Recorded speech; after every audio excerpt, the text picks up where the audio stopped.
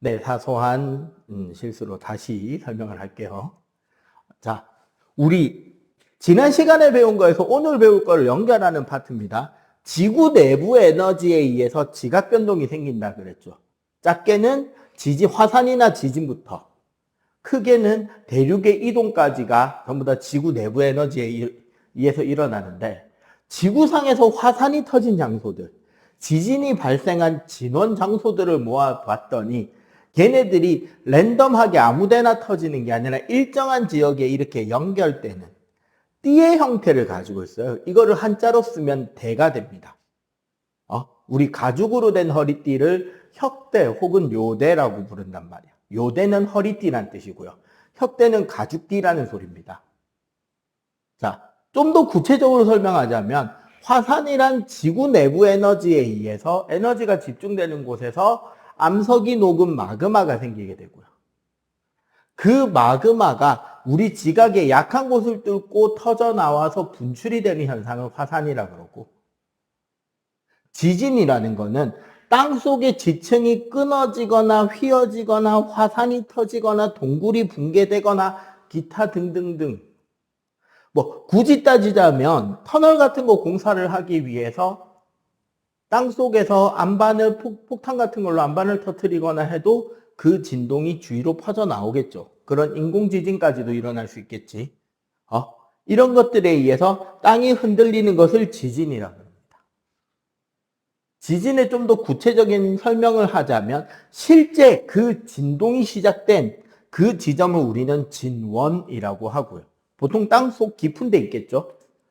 이때 진원의 깊이에 따라서 얕은 곳은 천발, 깊은 곳은 신발 지진이라고 그러고 그 중간 영역은 중발 지진이라고 합니다. 즉 여기가 뭐다? 깊이에 의한 분류다. 그 다음에 지진이 얼마나 강한 게 생겼는지에 대한 확인 설명으로 나오는 게 주로 규모라는 말과 진도라는 말이 있는데, 요즘은 거의 세계 공통적으로 규모를 많이 씁니다. 규모는 진원에서 실제로 배출된 에너지량을 여러 가지 계산법이나 이런 것들을 통해서 추정해서 재는 거고, 내 기억에 경주 지진이 규모 4몇 정도였던 것 같아요. 그러니까 막 건물에 붙어 있는 타일 같은 거 떨어지고 유리창 깨지고 간판 떨어지고. 내 기억에 그때가 월요일이었는데 선생님이 우리 사직에 있는 큰나라학원 본원에서 5층에서 수업하다가 지진이 왔다는 걸 느끼고 순간적으로 애들한테 책상 밑으로 잠깐 숨으라 그랬어요. 진짜 수업 중에. 여러분들 학교에서 한 번씩 훈련하죠? 그러고 있다가 지진이 살 멎을 때쯤에 대표님한테 전화해서 지금 지진이 좀 크게 생긴 것 같은데, 크게 생기고 지금 거기에 대해서 여러 가지 그제서야 막 안내 문자들이 오기 시작하는 거야. 그래서 혹시 모르니까 안전을 위해서 아이들 대피시키는 게 좋지 않겠냐 해가지고 진짜 전원선 다 내리고 학생들 계단으로 대피시키고 생쇼를 했던 기억이 있습니다. 그러고 보름인가 한 달 뒤에 한 번 더 터졌어요. 월요일날 2번인가 지진이 있었거든. 그때가 4점 몇이었고, 기억합니까? 동일본 대지진, 후쿠시마 원전 폭발. 여러분들 태어나던 쯤 아닌가 싶은데, 대충? 태어나기 전이어서 2011년인가? 그랬던 것 같은데. 그때가 8점 몇인가, 9점 몇인가? 진짜 되게 크게 터졌어요. 그래가지고 원자력 발전소도 터지고 난리 났었죠. 그렇게 진원에서 배출되는 에너지 크기 값을 가지고 설정하는 것이 규모. 그러면 규모는 전 세계에서 똑같은 값을 이야기를 하게 될 거죠. 진도는 관측소에서 관측소에서 지진계를 가지고 측정한 얼마나 크게 흔들렸는지에 대한 그 흔들리는 폭을 진도라고 해요. 그럼 이제 조용히 있는 사람만 느낄 수 있는 정도가 진도 1, 2. 어느 정도 사람들이 좀 느낄만 하고 땅이 흔들린다라고 인지할 만큼이 한 3. 막 올려놓은 물건 같은 게 막 흔들려서 떨어지고 하면 한 5, 4, 5. 막 땅 갈라지고 그럼 6, 7 막 이렇게 값이 있는데 요즘은 대부분 규모를 가지고 이야기를 합니다. 오케이? 자, 이렇게 해서 화산대와 지진의 그거를 띠로 연결한 그 화산대를 확인했더니 어떤 특정한 모양이 거의 다 어떻다?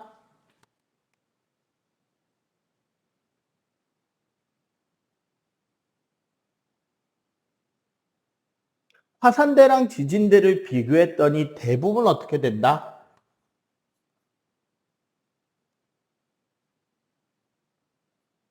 거의 겹친다는 거예요. 사실 정확하게 말하면 화산이 터지면 지진은 무조건 터집니다. 대신에 지진이 터져도 화산이 안 터지는 곳은 있을 수 있긴 해요. 그런데 얘네들이 생기는 곳을 연결해 봤더니 거의 어떻다? 겹치는 그런 특성을 보이더라라는 거야. 여러분들 교재에 보면 138쪽에 지금 전 세계의 주요 화산대와 지진대 찍어 놓은 점들이 저렇게 가득하죠. 저 선들의 모양 위치랑 저기 바로 한바닥 옆에 139쪽에 전 세계 판의 분포 그림 있죠. 이 두 지도를 한번 비교해봐. 어떤 느낌이 들어요? 첫 번째, 화산이나 지진이 생기는 곳은 판과 판의 경계와 거의 일치하죠.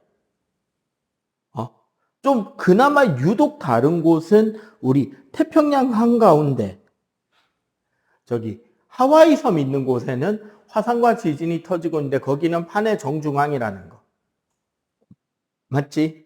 거기를 제외하고는 어때요? 거의 일치하지. 즉 따라서 뭐다? 화산대와 지진대는 거의 겹치는데 이곳이 어디더라? 거의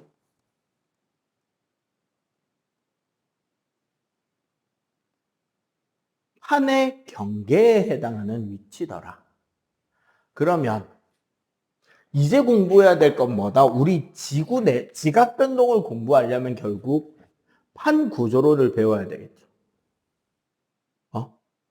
판 구조론이 어떻게 나온 이론이고 판은 무엇이고 그것을 통해서 우리가 예측하거나 할 수 있는 정도 것들은 무엇인지 정도를 같이 공부를 좀 해보도록 할게요. 오늘은 이 부분에 거의 집중이 될 겁니다. 자,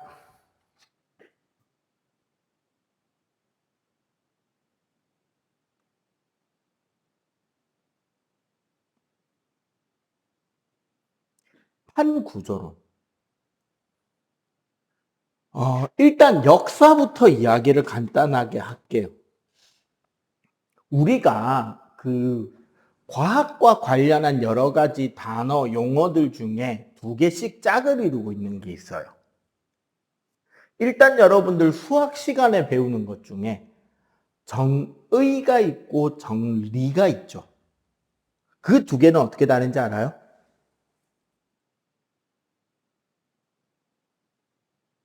뭐를 정의라 그러고 뭐를 정리라고 할까요? 긴가민가? 자, 정확하게 짚어드릴게요. 정의는 약속하는 겁니다. 이 기호를 보면 이 앞에 그 기호 옆에 있는 이 두 값을 어떤 식으로 우리가 계산을 하자 대수적으로 그런 것들을 약속하는 게 정의예요. 1은 어떻게 정의되고 2는 어떻게 정의되고 0은 어떻게 정의되고 더하기는 빼기는 곱하기는 나누기는 약속한 거잖아. 맞지? 이런 것들에 대해서 배우는 거를 정의라 그러고요. 정리가 들어가는 게 뭐가 있을까요? 피타고라스의 정리. 맞지? 정리라는 것은 정의를 바탕으로 이미 증명되어진 수학적 사실을 정리라 그래요.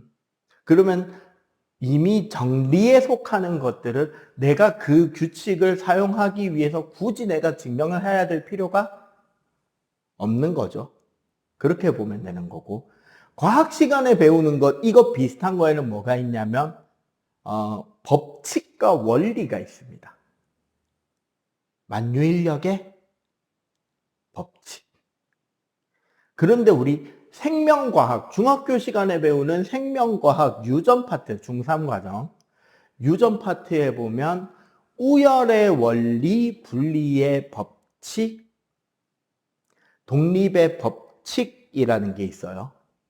원래는 우열도 법칙이었는데 최근 교육과정에서 조금 그 설명을 바꾸면서 원리로 바뀌었는데 뭐냐? 법칙이란 자연에서 이미 이루어지고 있는 규칙성 있잖아요. 반드시 이루어지는 규칙성. 그것들을 서술해 놓은 것을 법칙이라 그래요. 원리는 완전하게 이루어지는 규칙은 아닌 거예요.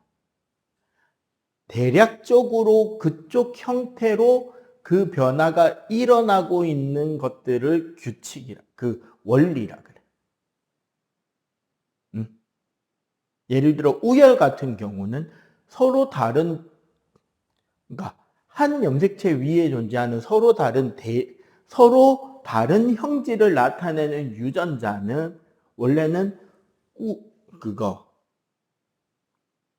우성 열성이 존재한다라는 게 있거든요. 겉으로 드러나는 형질을 우성, 속으로 숨는 형질을 열성이라 그랬어.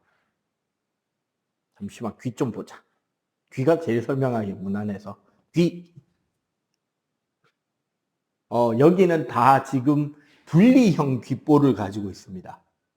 분리형 귓볼, 선생님 귓볼 보면 여기가 이렇게 밑으로 좀 많이 쳐져 있죠. 커다랗게 귓볼이 달려 있잖아요, 밑에. 이런 거를 우리는 분리형 귓볼이라 그러거든요.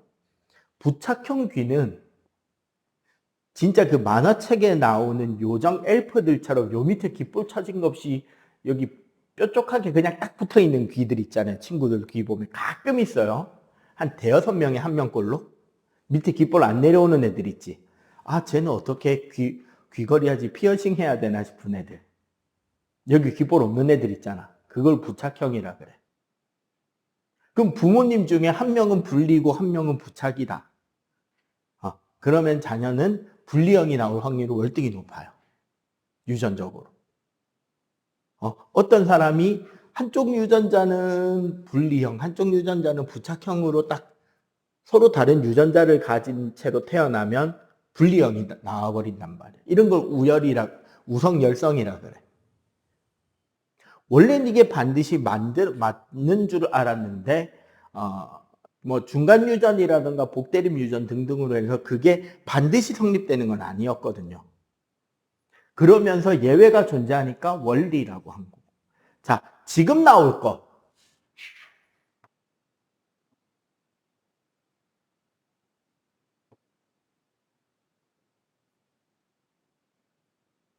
대륙이동설.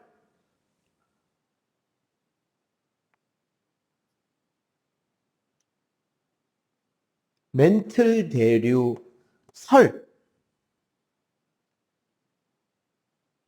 해적 확장 설.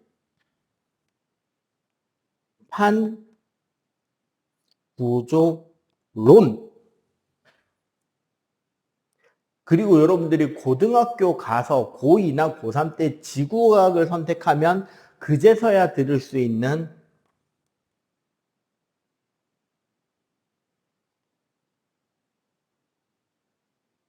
플럼 이론. 이런 것들이 있단 말이야. 자, 대략적으로 뭐냐면요. 설이라는 거는 과학자가 어느 정도 근거를 가지고 주장했지만, 이게 과학적으로 받아들일 만큼 완전한 설득력이나 증거가 안 됐을 때, 부족했을 때, 그때의 주장을 설이라 그러고요. 론이 되면 하나의 완전한 이론 체계가 되어서 그 시점을 기준으로 그 이후에는 그거는 만능 주장이었다고 모두가 인정하는 단계가 되면 이론으로서 론을 붙이게 돼요.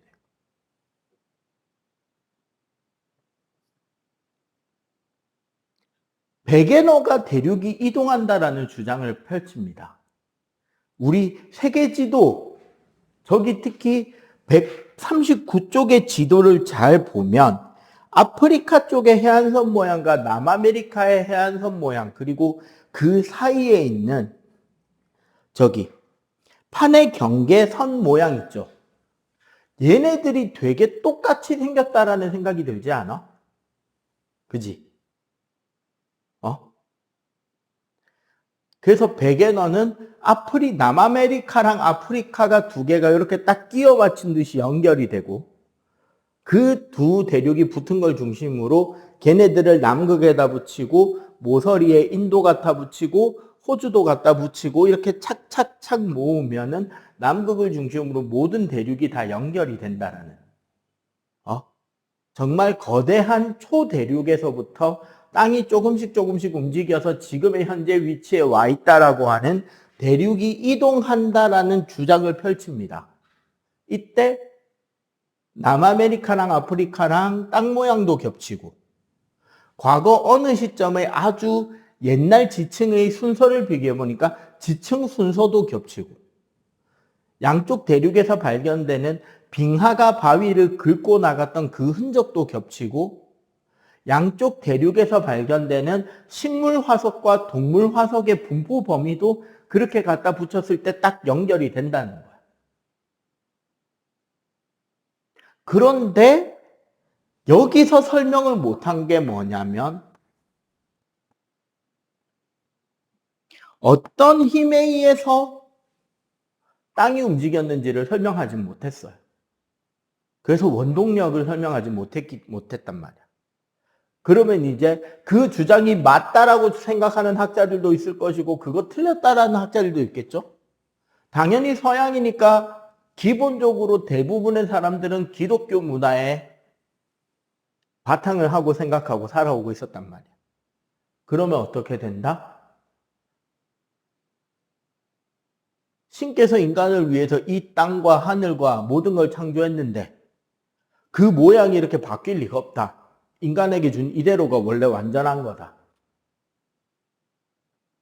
그러니까 틀렸다라고 생각하는 학자들도 꽤나 있었겠죠.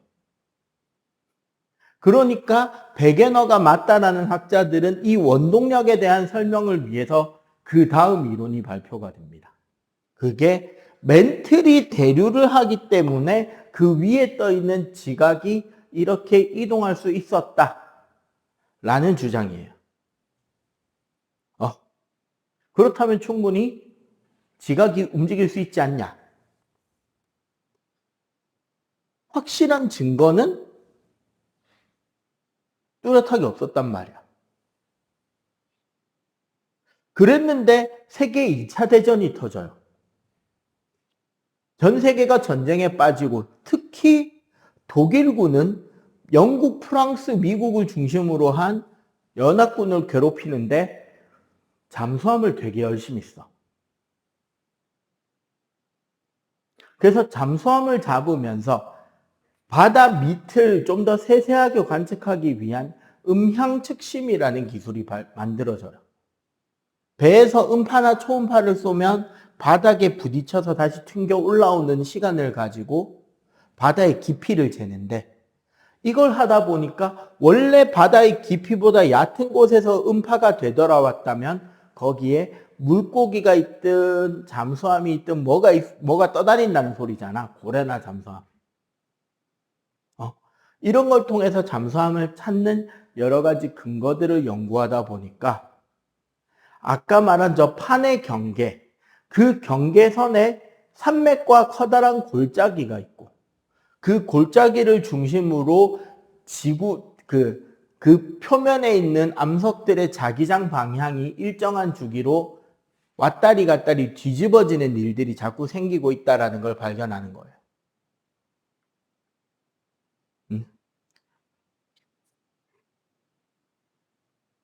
그런 것들을 포함해서 만든 이론이 해저 확장설이었고요. 요게 좀 더 확대돼서 판구조론이라는 형태로 최종적으로 우리 과학자들, 그 당시 과학자들한테 받아들여졌고, 플럼이라는 것은 뭐냐면 그 멘틀 대류층 아래 외핵에서부터 멘틀까지 이어지는 커다란 그 암석의 흐름이 생긴다는 거예요. 그리고 그 암석의 흐르는 방향이나 이런 것들 때문에 에너지가 이동하게 되고, 그러다 보니까 판 구조론이라면 원래 판의 경계에서 화산대나 지진대가 생기는데 하와이는 아까 예외라 그랬잖아요. 근데 플럼이라는 이론을 통하면 핫스팟, 플럼이 옆으로 새어나와서 분출이 되는 지점에 마그마가 생기고 그 위의 지각에서 꾸준히 계속 뭐가 화산이 터질 수 있다라는, 그리고 그 위에 있는 판이 움직이니까 계속 새로운 그 옆에 화산이 터지고 화산섬이 생긴다라는 그러한 이론을 발표할 수 있게 되는 거예요. 예, 여기까지의 이론이 현재 나와 있는 겁니다. 자, 그럼 마무리로 판이란 결국 지각과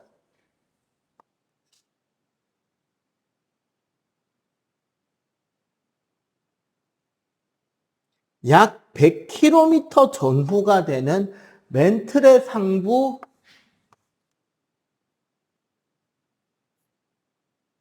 암석으로 이루어진 단단한 돌로 이루어진 부분을 판이라 그러고, 이 판의 아래에 연약권이라 해가지고요, 분명 고체의 멘틀이지만 뭐가 일어나고 있다?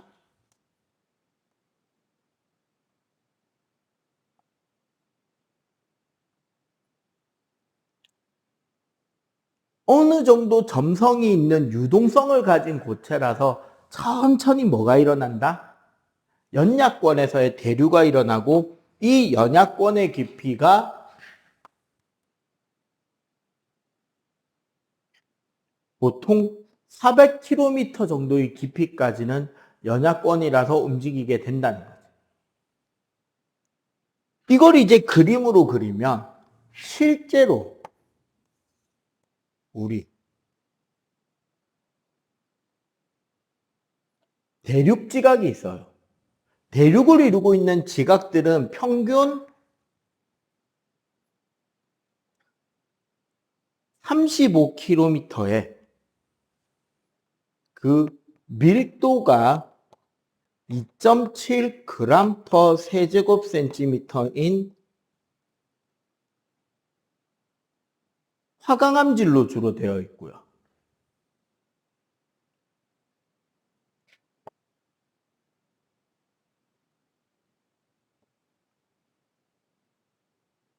해양을 이루는 해양지각은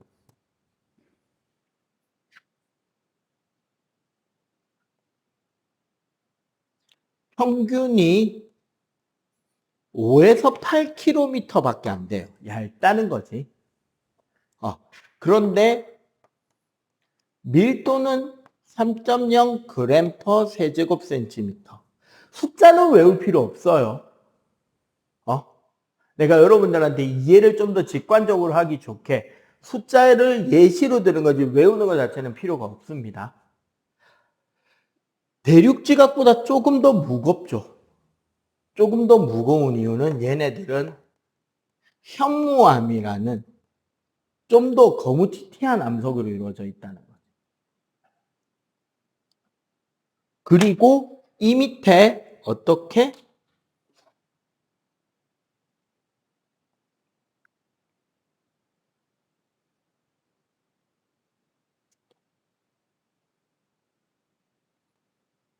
여기가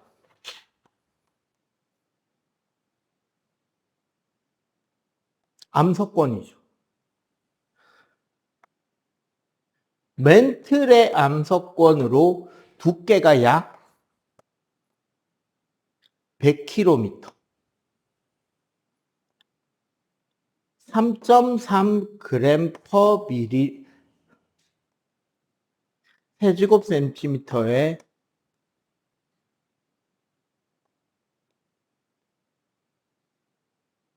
감람암질이고, 이 밑에가 뭐다?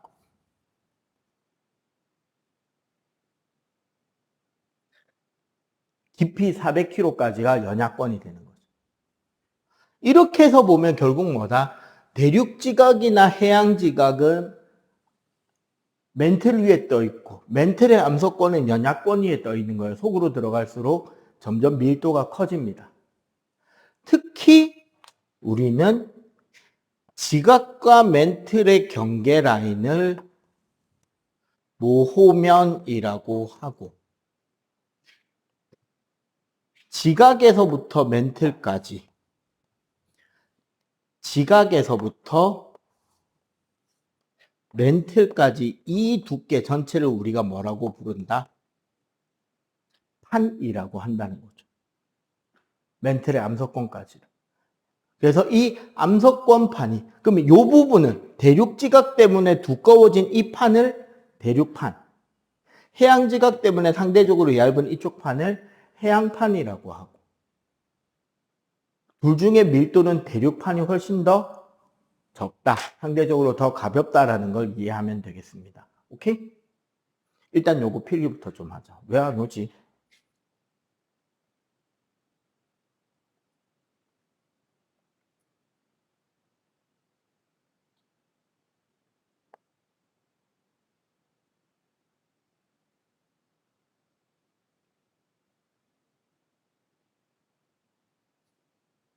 자, 그래서 판은 어떻게 구분하게 되느냐면 결국 판보다는 판 그 밑에 있는 멘틀 연약권의 움직임부터 생각을 해야 돼. 크게 우리는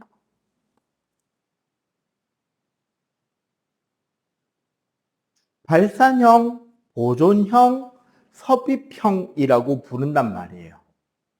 발산이라는 말 자체가 무슨 소리예요? 발산이라는 말은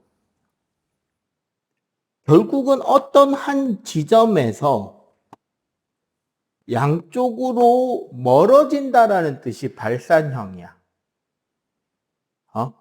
발산형은 기본적으로 어떻게 되냐면 멘틀 대류가 위로 솟아오르는 곳이에요. 멘틀이 솟아오르다가 그 끝에 이르르면 어쩔 수 없이 어떻게 된다? 그 끝에서 좌우로 갈라져서 진행을 하게 되겠죠. 이렇게 좌우로 갈라져서 진행을 하게 되면 어떤 일이 일어나느냐? 오씨. 결국은 이 부분에 에너지가 집중이 될 거 아니야. 그래서 여기에 뭐가 생긴다? 마그마가 생기게 되고 이 위에 있던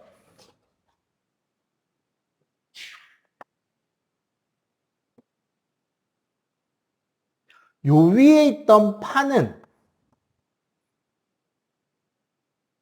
결국 좌우로 이렇게 멀어지는 형태로 이동이 되겠죠. 이렇게 되면 이 마그마에 의해서 분출된 요 골짜기가 생기고 요 골짜기에서 화산이 터지고 있겠죠. 그리고 여기서 분출된 용암이 여기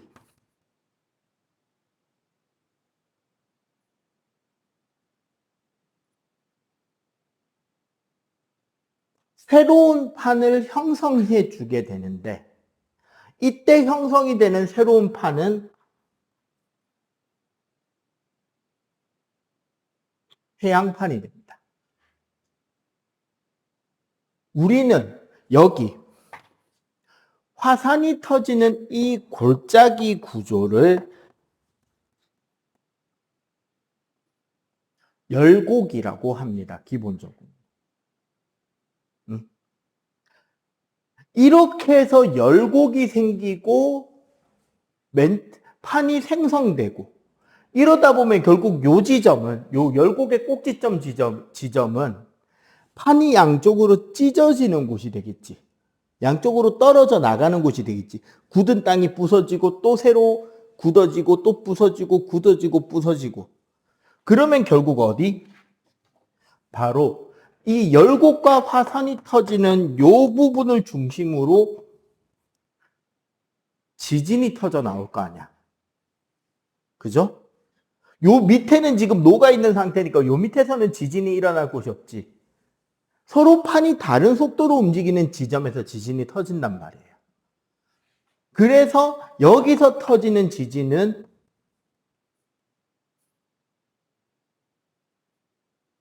천발 지진이 터질 거고 여기에 뭐가 터진다? 화산도 터지겠죠. 열곡을 중심으로. 우리 책에 보면 이 발산형 경계에 대해서 해령과 열곡대라고 두 개가 분리되어서 설명이 되어 있는 건데 사실은 다른 게 아니야. 땅에 지상에 열곡대가 만들어질 거잖아요. 그럼 그 열곡대가 된 그 골짜기는 점점 깊어지면서 그 지점 한 점에서만 생기는 게 아니라 쫙 연결된 띠를 이루고 있을 거 아니야. 그리고 그 띠가 점점점 커지다가 어디에 닿으면 바다와 맞닿게 되면 그 열곡 위로 뭐가 바닷물이 들어오겠지. 그리고 그 땅이 더 멀어지면 열곡을 중심으로 새로운 바다가 형성이 될 거 아니야. 아까 우리 판 구조론이 되어가는 이론 중에 뭐가 있었죠? 해저 확장설이 있었지. 바다 밑바닥이 점점 늘어나면서 위에 있는 대륙이 밀려난다라는 이론이거든요.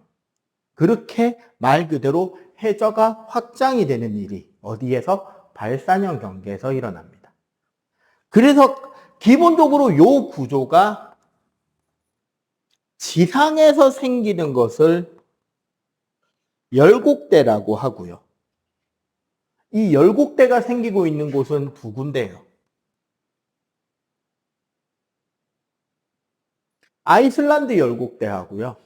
오늘 요거 설명을 쭉 다 한 뒤에 선생님 노트북으로 여러분들 이쪽에 나와가지고 구글어스에 보면 그 해저 지형을 다 위성사진으로 볼 수 있게 하거든요. 해저 지형까지도. 그걸 통해서 보면 이 열곡대 지형을 구분할 수 있게 돼요. 보여요, 실제로 위성사진. 그리고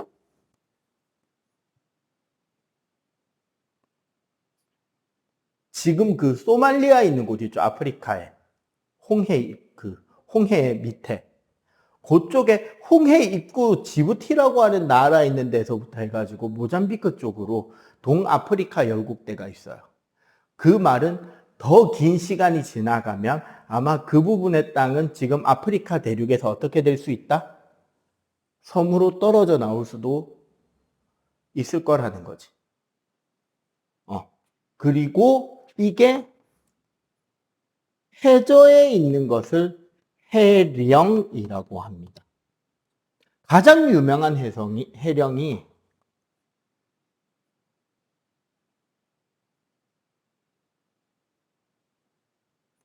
대서양 정중앙에 있는 대서양 중앙해령. 사실 이 대서양 중앙해력의 제일 끝자락에 아이슬란드 열곡대가 존재해요. 그리고 태평양 중앙해령도 있는데 얘는 어디 쪽에 있냐면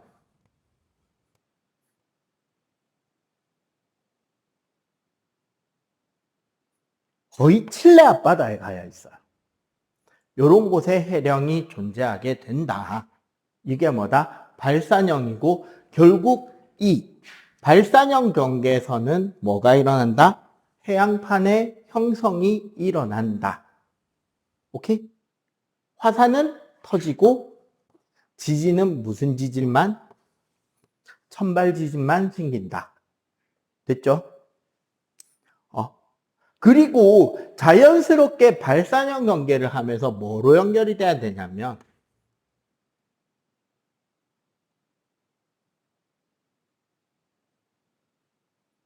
보존형 경계로 이어지게 됩니다. 보존형 경계는 굳이 화살표로 표현하자면 이렇게 그리는 게 가장 정확해요. 이게 우리 발산형 경계는 위에서 볼 때 모습이고, 이것도 그냥 위에서 우리가 하늘에서 내려다보는 모습이야. 좌우로 움직이는 거야. 두 판이 서로 엇갈려서. 정확하게는 보존형 경계는 어디에서 보통 관찰이 되냐면 해령과 해령이 이어지는 연결점이라고 보시는 게 맞아요. 발산형 경계를 좀 더 입체적으로 그려보게 되면 어떤 그림이 되냐면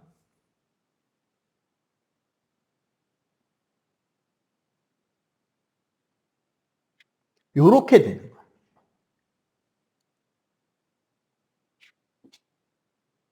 요 라인이 열곡인 거 알겠죠?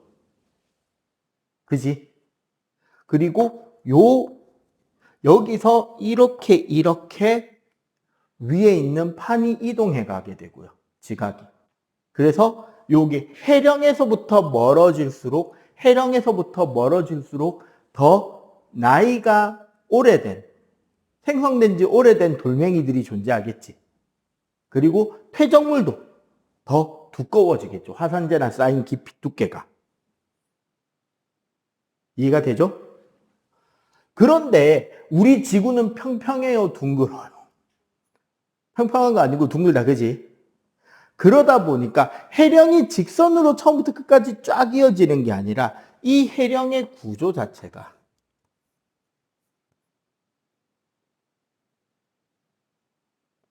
이런 식으로 만들어진다는 거야. 이게 이렇게 끊어진다고. 그러면 여기서도 얘는 이쪽으로 여기가 열곡이 되는데, 그러면 딱 어디가 지진이 터지는 장소가 되냐면 여기서 여기까지 요 빗면친 부분 있지. 우리가 얘를 그대로 위에서 딱 정확하게 내려다보면 어떻게 보이느냐?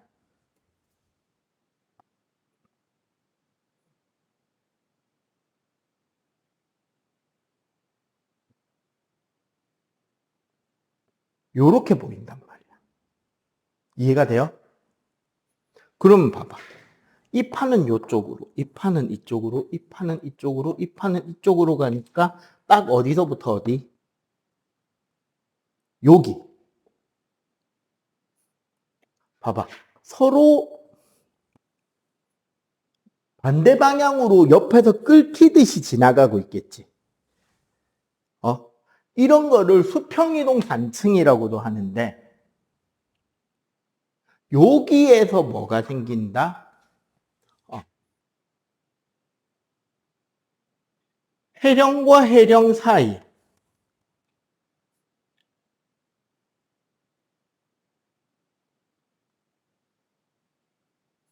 판의 이동 방향이 순수하게 다르기 때문에 생기는 지진이 생긴다는 거죠. 그런데 문제는 이 경계부는 판이 생기는 자리예요, 없어지는 자리예요? 생기지도 않고 없어지지도 않죠. 그냥 판은 그대로 있는데 얘네들이 옆으로 이렇게 지나가면서 서로 마찰 때문에 덜컥 끓히고 있다는 거지. 이거를 평행이동 단층이라고도 하는데, 그래서 이 여기는 판의 행성이나 소멸이 발생하지 않고요. 온전히 뭐만 터진다?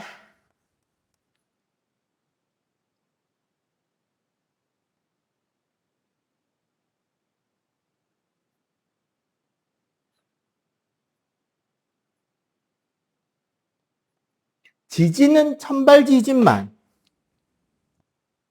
화산은 터지지 않습니다. 왜냐하면 이 평행이동 단층, 보존형 경계인 평행이동 단층에서는 마그마가 생길 만큼 에너지가 저장되지를 못해요. 에너지가 엄청나게 많이 축적되거나 순간적으로 압력이 엄청나게 높아가지고 온도가 증가했을 때, 그럴 때 암석이 용융 상태가 되면서 마그마가 된단 말이야. 근데 얘네들은 천발 지진은 종종 터지지만 마그마를 만들 만큼 에너지가 쌓이지는 못해요. 그래서 지진만 생깁니다. 가장 대표적인 지역이 바로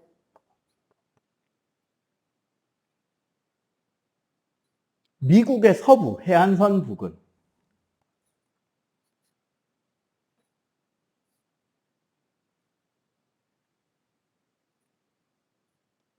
샌 안드레아스 단층이라고 하는데 평균 1년에 한 1cm, 2cm 정도 땅이 움직여요. 그래서 저 동네는 몇 년에 한 번씩 전봇대를 새로 꽂아야 됩니다. 이거 이해돼?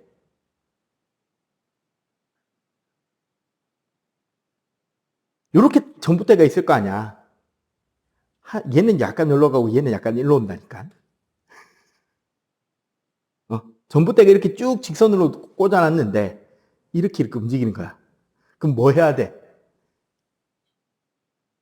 그치. 움직이는 것만큼 너무, 일단 그 부분은 조금 약간 여유있게 전선줄을 길게 연결해 놨다가 문제가 되기 전에 옆에다가 새로 전봇대를 옮겨받고 새로 전봇대를 옮겨받고 전선을 바꿔서 새로 연결해 줘야 되겠지. 그러고 옮겨간 전봇대는 뽑아내고 이거를 몇 년 주기로 해야 되고 양쪽의 도로도 연결하기가 연결되어 있는 도로들은 있어요. 조금 애매하겠다, 그죠? 그 영화 중에 그 볼케이노라는 영화가 있어요. 로스앤젤리스에 화산 터진다는 이야기. 그 맨인 블랙 1에 나왔던 그 나이 많은 아저씨가 주인공이라 가지고 그 LA의 뭐 비상 재난 대책 본부장이래 가지고 화산 터진 거 막는다고 막 여기저기 뛰어다니고 거기에 뭐 지질학자가 나와서 마그마가 지하철 다니는 그 지하 통로를 통해서 막 마그마가 확산이 되고 막 그런 것들 때문에 LA가 난리 나는데 결국 여러 사람들의 협력과 그 노력 등등으로 인해서 마그마를 태평양으로 흘려보내는데 성공해가지고 결국 LA는 안전하게 지켜졌다 뭐 그런 이야기가 나오는 거고. 그 다음에 최근 영화는 드웨인 존슨이 주연 배우로 나온 샌 안드레아스라는 영화가 있어요. 이 영화 시놉시스는 그 샌 안드레아스 단층이 너무 한 번에 급격한 지진이 크게 생기면서 초대형 지진 해일 쓰나미가 형성되고 그게 샌프란시스코의 금문교를 지나 샌프란시스코시를 덮친다. 이러면서 이제 뭐 거기에 있는 그 재난 그쪽에 대한 요원인 드웨인 존슨이 막 엄청난 영웅적 활약으로 그 시민들과 자기 가족의 안전을 지키기 위해서 막 개고생하면서 날아다니는 뭐 그런 영화가 있는데 딱 깨놓고 해운대 미국판입니다.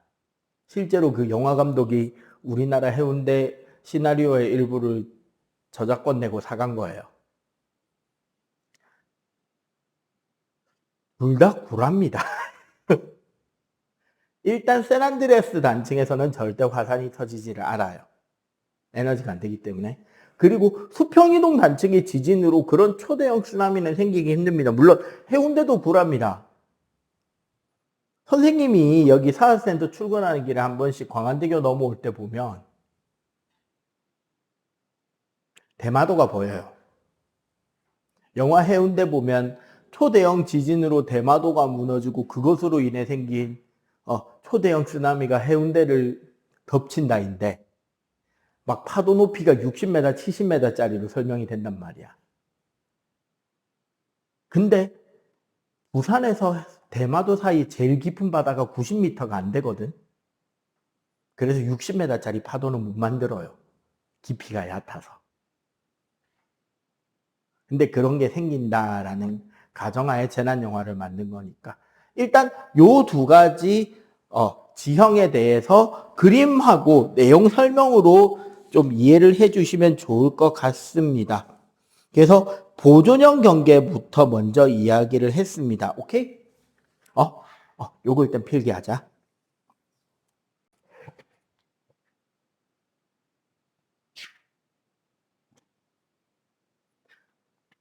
수렴형입니다.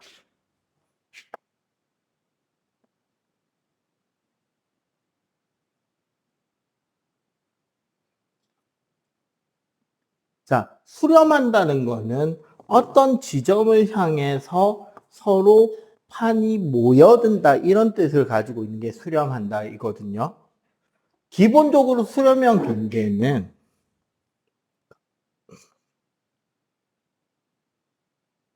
충돌형 경계와 섭입형 경계 두 가지만 생각하면 돼요.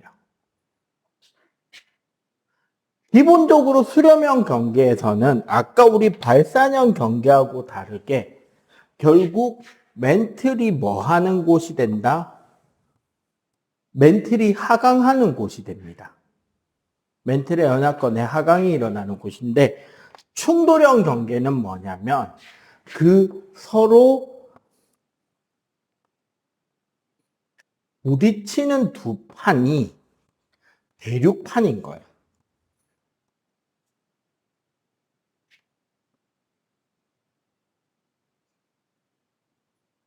대륙판끼리 충돌하는 케이스입니다. 그럼 사실 두 대륙이 떨어져 있던 상태에서부터 서로 다가와서 부딪히게 되는 걸 충돌이라고 할 거 아니야. 그러면 사실 대륙과 대륙 사이에서는 뭐가 있어야 돼요? 바닷물이 있어야 되고 그 해저에는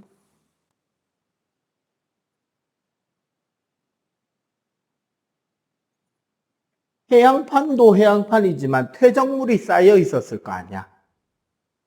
맞지? 이 상태에서 두 판이 꽝 하고 부딪히는 거야. 이렇게 빼자.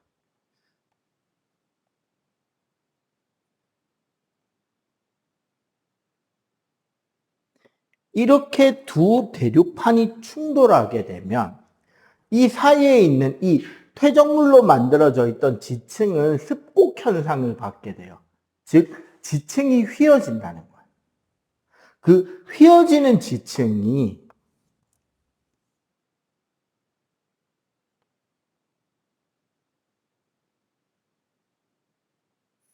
이렇게 땅이 휘어지면서 판과 판 사이에 끼어서 아래 위로 밀려 올라가고 아래쪽으로 파고들게 하는 일이 생긴다는 거지. 그래서 이 부분을 기준으로 멘틀 대류가 하강을 하게 되는 거고요. 이렇게 해서 솟아오른 이 구조를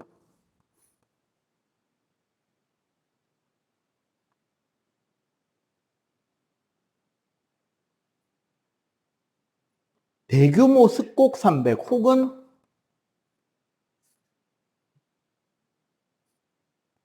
조산운동이라고 해요. 가장 대표적인 대규모 습곡 산맥, 이 조산운동이 일어나는 영역이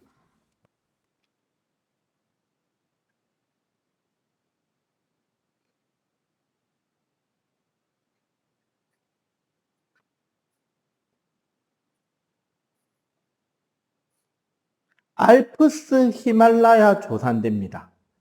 유럽, 프랑스 남쪽, 스위스, 이탈리아 이쪽에서부터 출발하는 알프스 산맥이 동부 유럽, 터키, 이란 고원과 아프가니스탄 고원을 지나 파키스탄 쪽을 통해서 히말라야 산맥과 연결이 된단 말이야. 그 전체의 긴 산맥 산줄기가 연결이 돼 있다는 거예요. 그러니까 아프리카판이 유라시아판과 충돌, 그 다음에 인도판이 유라시아판과 충돌하면서 땅이 밀려 올라간 거야. 그러다 보니까 히말라야 산맥 꼭대기 부근에서 뭐가 발견된다? 막 물고기 화석, 조개 화석이 발견된다는 거지. 산 꼭대기에 조개가 살았을 리도 없고 그 옛날 원시인이 조개 도시락 싸들고 히말라야 꼭대기까지 와서 먹고 버리진 않았을 거 아니야. 그 말은 뭐다? 여기에 이 습곡으로 인해서 지금 끼어있는 이 습곡된 퇴적층이 예전에 어디였다는 소리다? 바다였다라는 이야기를 하고 있는 거야. 그러고 이렇게 되다 보니까 이런 대규모 습곡 산맥에서 지진이 생기는 깊이는 그래도 상당수 깊은 영역에서 지진이 생길 수 있겠죠. 지층이 휘어지기도 하고 단층도 생기게 된단 말이야. 이게 심하게 휘어지면. 그래서 이 알프스 히말라야 조산대 같은 데서 지진의 경우는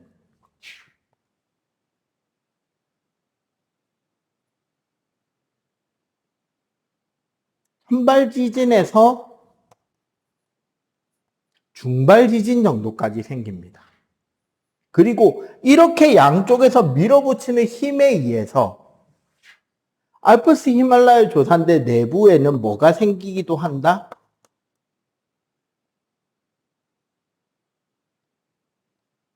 마그마는 생겨요. 마그마가 생기고 그 열에 의한 변성함은 부근에서 같이 만들어진단 말이야. 하지만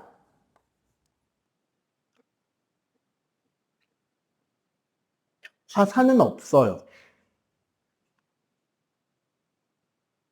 왜 화산이 터지지 않느냐면 아까 우리가 화산은 마그마가 어디를 통해서 나온다고 그랬다?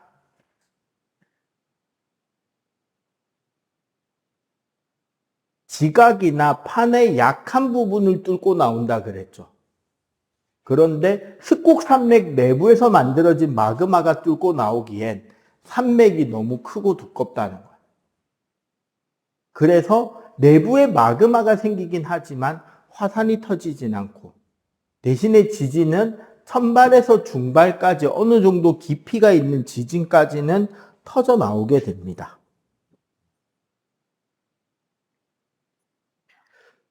특히 두 대륙판 자체가 상대적으로 둘 다 가볍기 때문에 판이 가라앉아서 밑으로 꺼지고 소멸하고 하진 않게 돼요. 이런 특징이 대륙판과 대륙판에 의한 충돌형 경계에서는 발현이 됩니다. 그러면 충돌형이 아닌 또 하나의 수렴형 경계는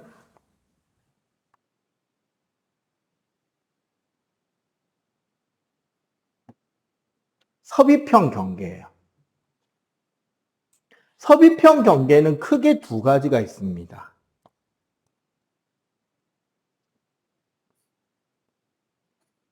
대륙판과 해양판이 직접 충돌하는 경우도 있고요.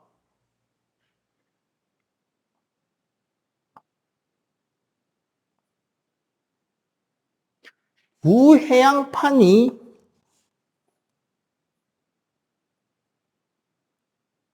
충돌하는 경우도 있어요.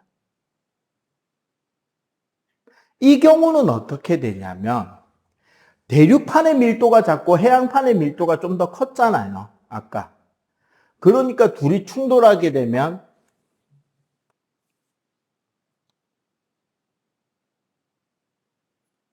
해양판이 대륙판 아래쪽으로 깊게 가라앉아 들어가게 됩니다. 이러한 영역을 우리가 베니오프대라 그래요. 요 구조.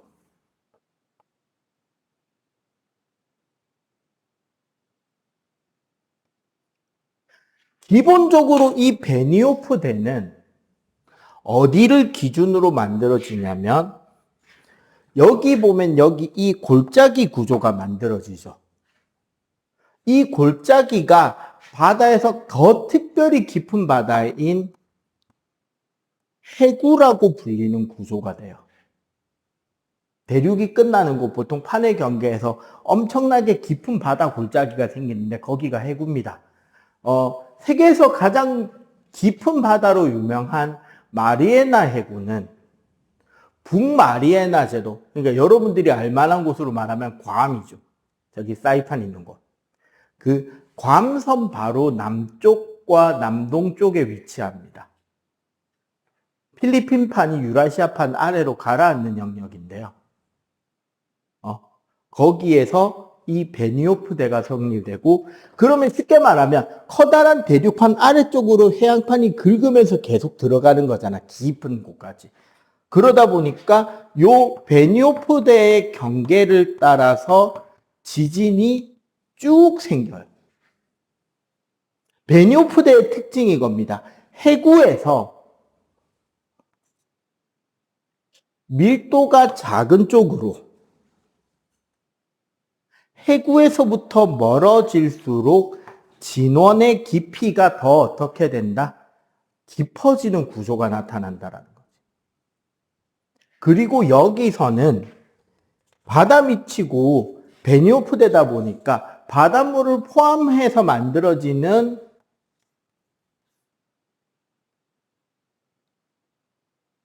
마그마가 만들어지고요. 이 마그마는 이 대륙판 끝자락, 상대적으로 약한 부분을 뚫고 올라와서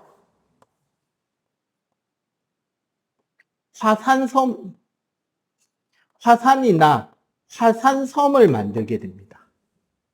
그러면 결국 뭐다?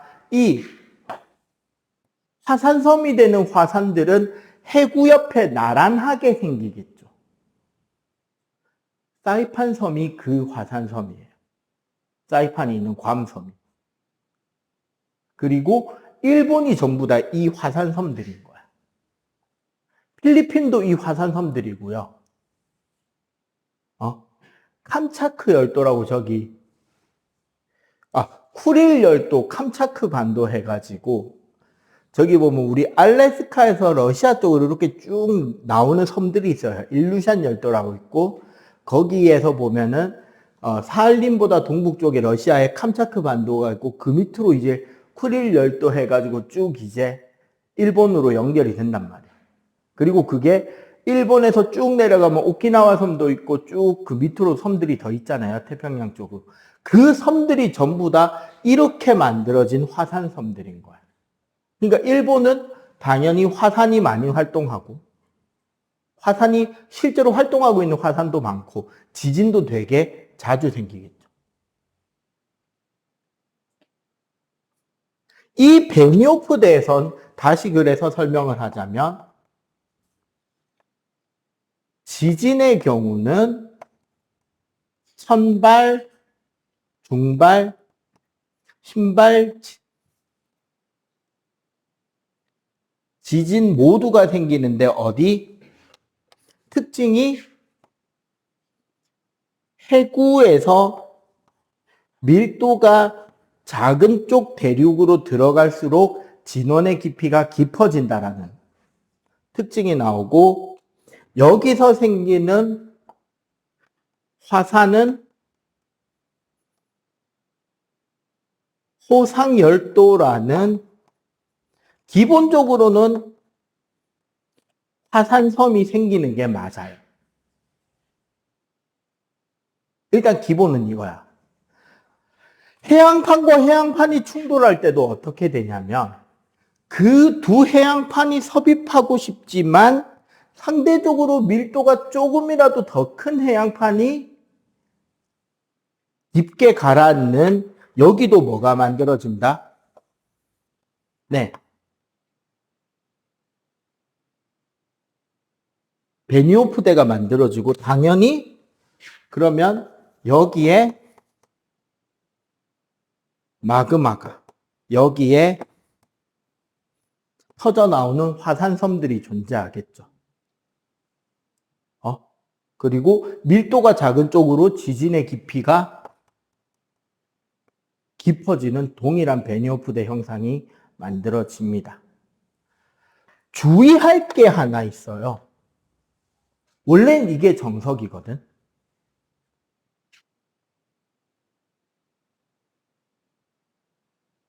실제로 여러분들이 이제 고등학교 진학해서 만약에 일반 인문계를 가게 되잖아.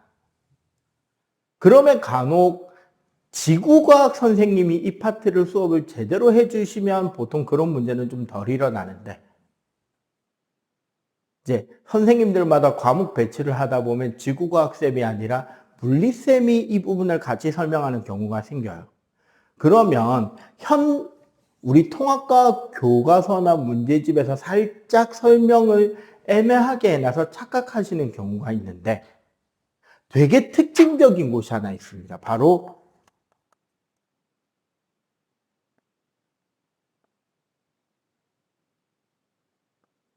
남아메리카판에 좀 특징이 하나 있어요.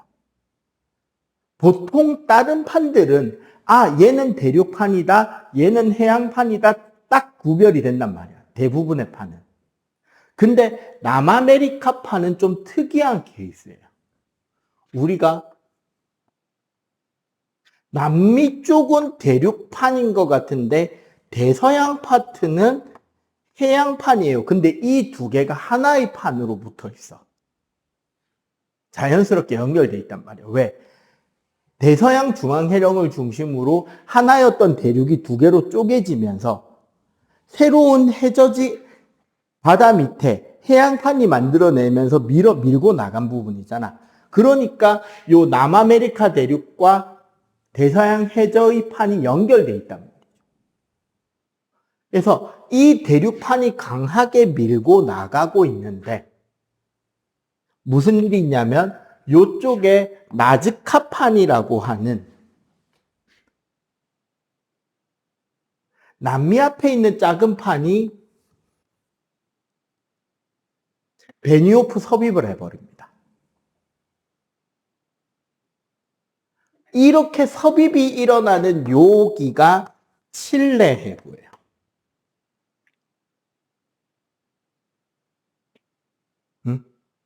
이렇게 되다 보니까 무슨 일이 생기냐면 여기서는 뒤에서 대륙을 밀어주는데 여기 섭입 때문에 이 대륙은 더 이상 진행을 못하잖아. 그래서 요 끝에서 습곡산맥이 서버려요. 밀려서. 이렇게 해서 생긴 이 산맥의 이름이 잠시만, 갑자기 산 이름 까먹었다. 찾았다. 안데스 산맥.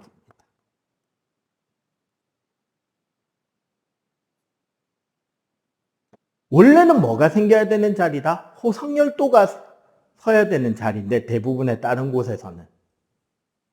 여기는 뭐가 생긴다? 안데스 산맥이라는 습곡 산맥이 생긴다는 거예요. 요렇게 산맥 생긴 곳 저기밖에 없어요. 한 군데 더 있다. 미국 서부 로키 산맥. 그 라인만 좀 특이 케이스인 거야. 다른 데는 오히려 호상열도가 더 광범위하게 분포됩니다. 특히 태평양 서쪽 우리나라 부분을 생각해 보면. 옛날에 우리나라는 뭐 지진의 안전지대다 어쩌고 저쩌고 이야기를 많이 했잖아. 그게 그거인 거예요. 일본 건너편에 해구가 있고 일본이 호상열도야. 그러면 우리나라 정도 떨어지면 진원의 깊이가 어떻다? 상당히 깊은 곳에 존재하고 이게 깊은 곳의 지진은 그렇게 세게 일어나는 케이스가 아니라고 생각했다는 거죠. 근데 이제 문제는 사실 우리 한반도의 지형을 더 정밀하게 확인했더니 우리가 살고 있는 부산에서 포항 요쪽 사이에 은근히 지층이 끊어진 단층들이 많더라. 그래서 종종 지진이 생길 수 있는 곳이더라. 이런 이야기들이 나오는 겁니다. 오케이? 그래서 무조건 대륙판과 해양판이라고 거기서 습곡산맥이 생기는 건 아니라는 거예요. 원래는 호상열도가 기본인데 습곡산맥이 생기는 곳도 존재할 수 있다라는 거지. 알겠어요? 지금 요거 칠판도 정리를 좀 합시다. 그러면 정리하자면 여기나 여기를 고려하면 기본적으로 화산이 생길 수도 있고 화산이 없는 곳에서는 습곡 산맥이 만들어지면서 화산이 터지기 어려워진 곳도 있을 수 있다는 거죠. 알겠지? 이렇게까지 정리를 해봅시다. 자, 화산. 결국 땅 속에 있던 마그마가 지각을 뚫고 나와서 터져 나오는 것이 화산이라고 할 때, 자, 여기서 튕겨나오는 분출물을 분석하면 우리가 일단 기체 성분이 바로 화산가스. 화산가스는 주로 수증기고요.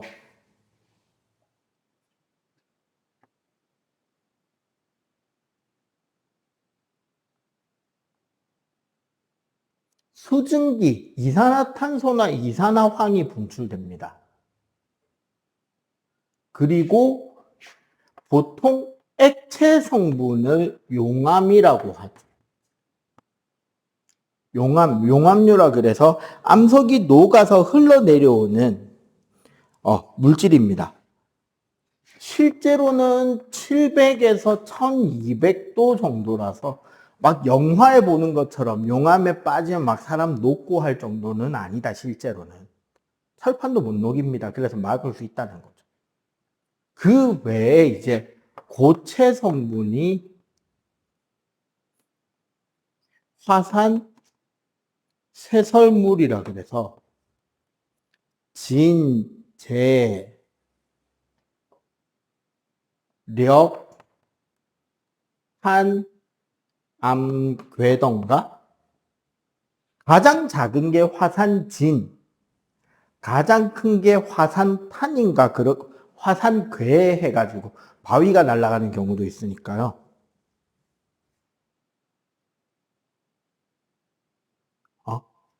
그렇게 바뀌기 때문에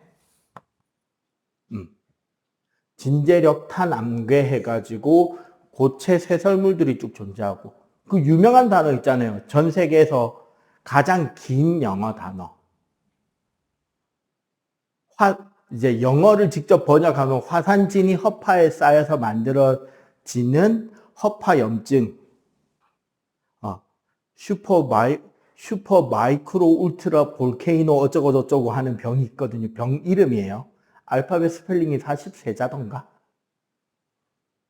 그 이제 따지면 화산이 터질 때 나오는 화산 먼지를 사람이 들이마셨을 때 그 먼지가 허파에 쌓여서 생기는 진폐증이 나는 병명입니다. 뭐 이런 것들이 터져 나오게 되고요. 기본적으로 화산이 터지면 일시적으로 태양광을 막아주기 때문에 지구 기온은 떨어지는데 장기적으로 보면 이때 터져 나오는 이산화탄소 때문에 지구 기온은 높아집니다. 이런 환경 피해만 있는 건 아니죠. 산불도 생기고 뭐 여러 가지 피해들이 올 수 있는데 가장 좋은 거는 우리는 이 마그마에서부터 희토류라던가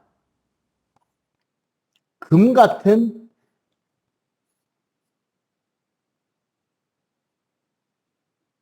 비싼 광물 자원이 만들어지는 것 또한 화산 활동으로만 얻을 수 있어요. 지구 내부 깊숙이 있던 여러 가지 물질들이 그 흐름을 통해서 지표면에 올라와서 터져 나오는 게 화산이다 보니까 그런 광물들은 이런 화산에서만 얻을 수 있는 장점이 생기고요. 그 다음에 이 부근에 만약에 지하수가 흐르고 있었다면 그 지하수는 어떻게 될까요? 따뜻하게 데펴지겠지. 지금 당장 죽은 화산이라도 그 옛날 마그마가 있었던 자리 부근은 매우 높은 온도가 된단 말이에요. 그래서 온천이나 관광 자원으로도 쓸 수 있게 됩니다. 오케이?